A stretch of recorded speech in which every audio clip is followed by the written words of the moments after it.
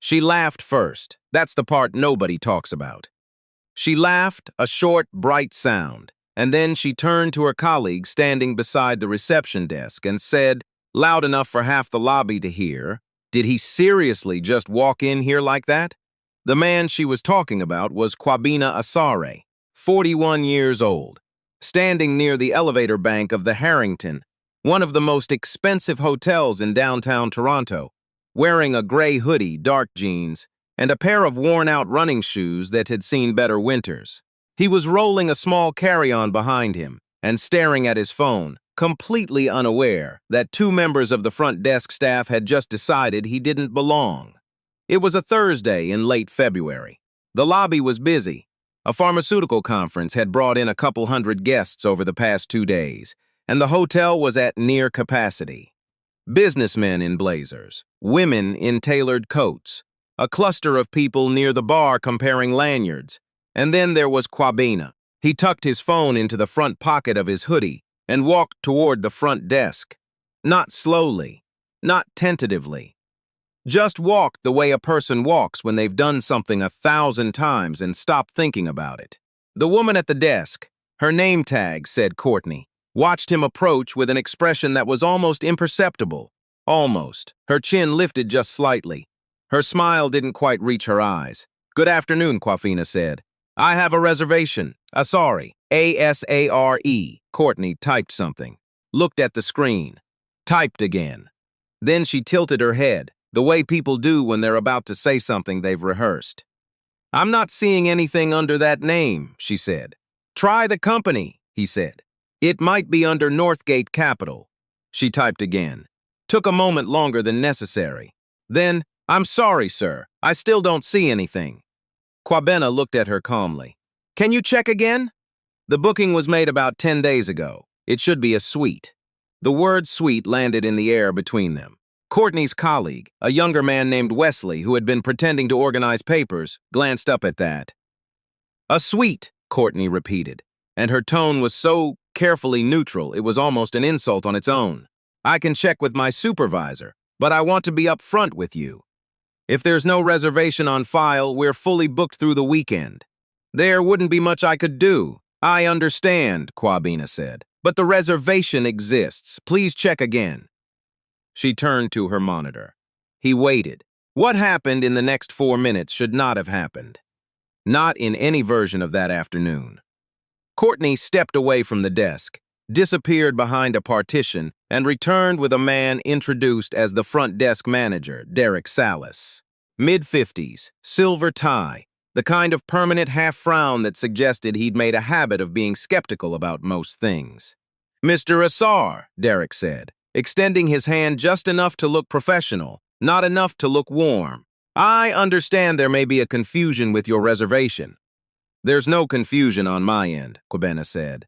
"The reservation was made 10 days ago by my assistant, confirmed by email. Suite on the 14th floor. Corporate rate under Northgate Capital."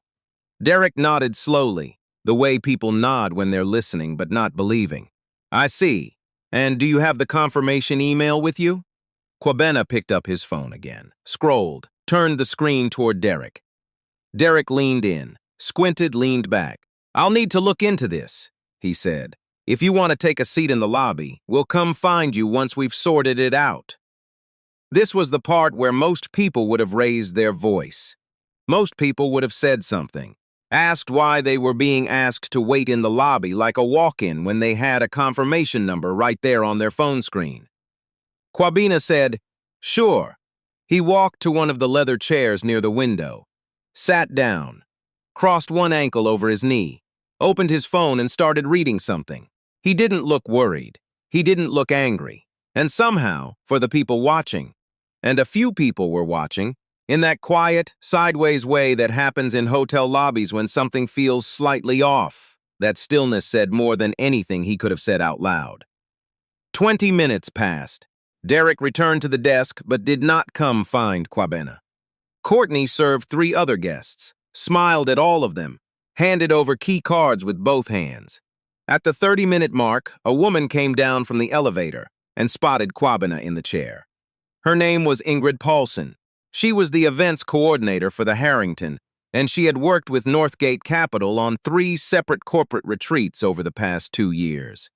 She stopped walking. "Kwabena?" she said. He looked up. His face relaxed into something that was almost a smile. "Ingrid, what are you doing sitting out here?"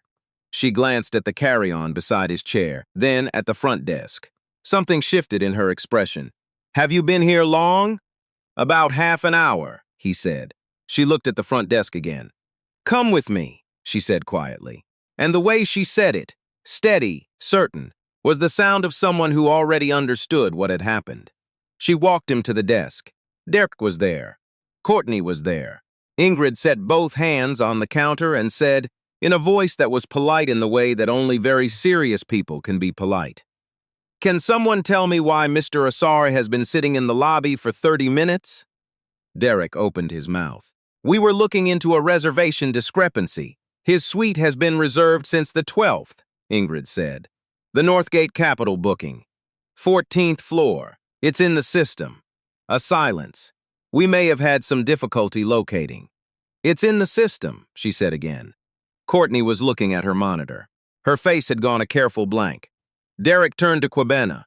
"Mr. Asar, I apologize for the inconvenience. It appears there was an error on our end." "There wasn't," Kwabena said simply. Another silence. "Shorter this time. We'll get you checked in right away," Derek said. Courtney began preparing the key cards. She did not look up. Kwabena picked up his carry-on. Then he stopped. "One thing," he said. He was looking at Derek, but his voice was still the same even tone it had been since he'd walked through the door. "When you had me sit down and wait, what were you waiting to find out?" Derek shifted his weight. "As I said, there appeared to be a discrepancy." "You had the confirmation number," Kwabena said. "You had it on my phone. You had Northgate Capital in your system. What specifically were you looking into for 30 minutes? Kwabena nodded once. "Okay." He took the key card from Courtney's hand, walked to the elevator, pressed the button for the 14th floor. The doors closed. What Courtney and Derek and the rest of the lobby staff did not know, what they could not have known, though perhaps someone should have looked into it before leaving a man in a lobby chair for half an hour, was that Kwabena Asare was not simply a guest at the Harrington. He was one of its owners, not in a metaphorical sense. Not, well, he's a big spender. Northgate Capital, the firm under which the reservation had been made, held a 38% equity stake in Meridian Hospitality Group, the parent company of the Harrington chain across Canada. Kwabena had been part of the original investment group that backed the hotel's expansion into Toronto 6 years ago.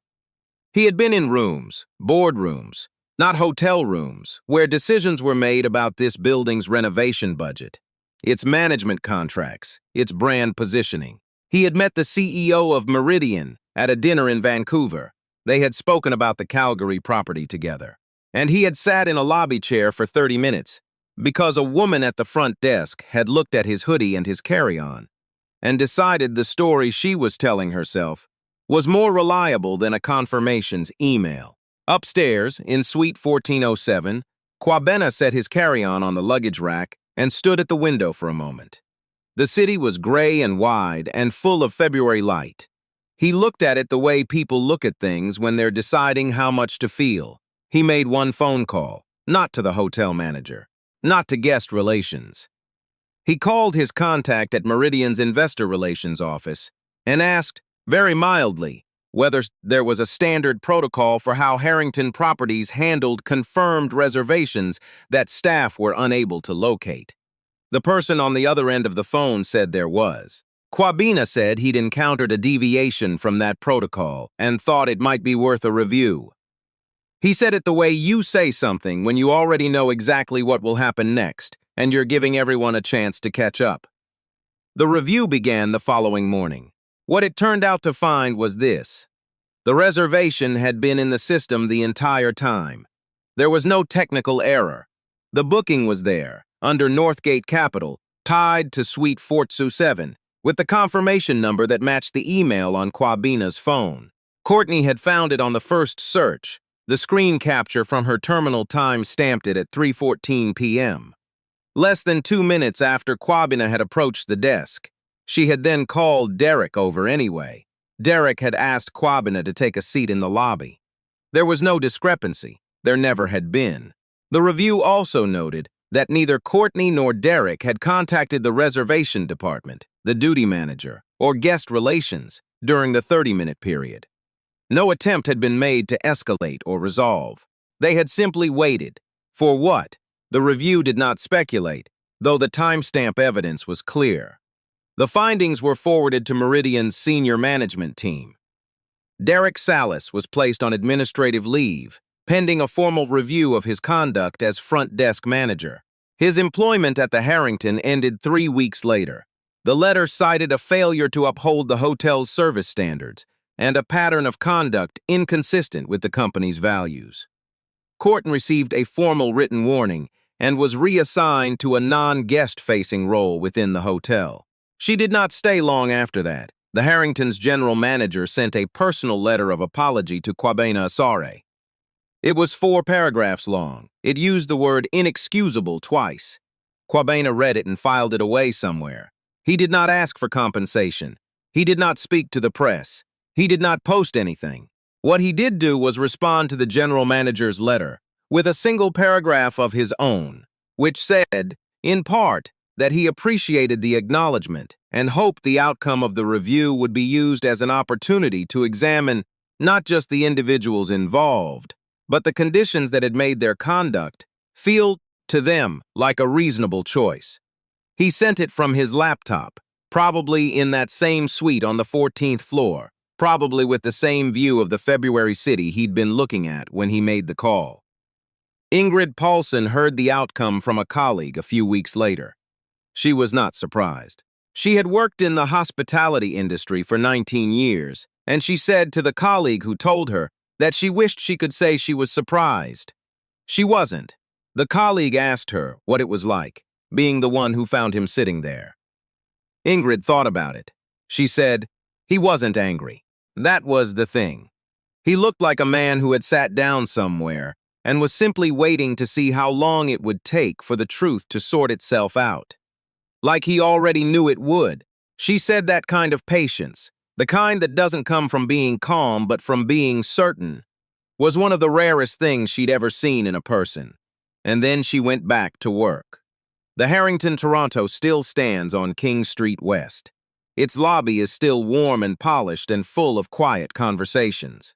The leather chairs near the window are still there. If you walked in on a Thursday afternoon in late February, carrying a small carry-on, wearing whatever you happen to be wearing, would you be asked to sit down and wait? That's the question, isn't it? That's always been the question.